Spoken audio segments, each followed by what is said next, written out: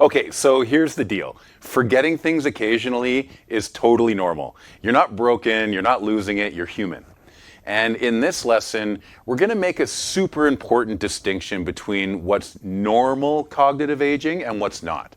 This is one of those lessons that tends to bring people a lot of relief because when you understand what's typical, you can stop worrying about every little brain blip.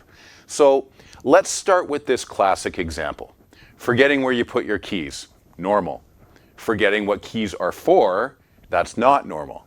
One is just distraction. Maybe you were rushing, maybe you were multitasking, maybe your brain was on lunch break. The other one, that's a red flag that your brain's deeper memory systems might be struggling. So let's break this down a little more. Occasionally forgetting names but remembering them later.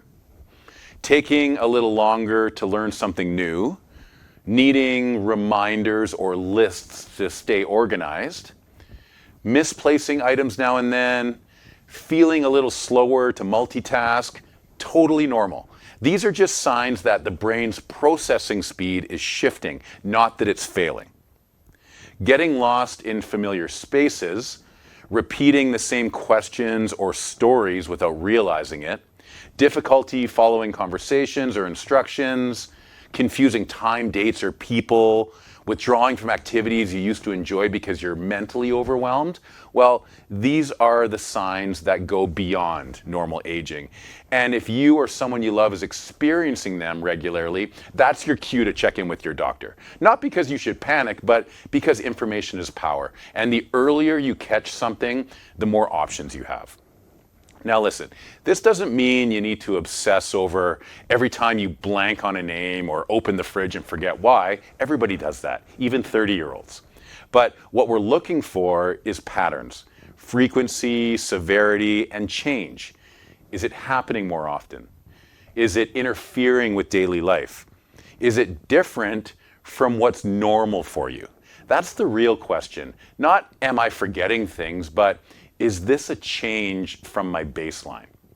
And whatever you do, please do not spiral down the Dr. Google rabbit hole. You'll go in with, I forgot my neighbor's dog's name, and you'll come out convinced that you need a CAT scan by dinner. Instead, I want you to be an empowered observer of your own brain, not a panicked one.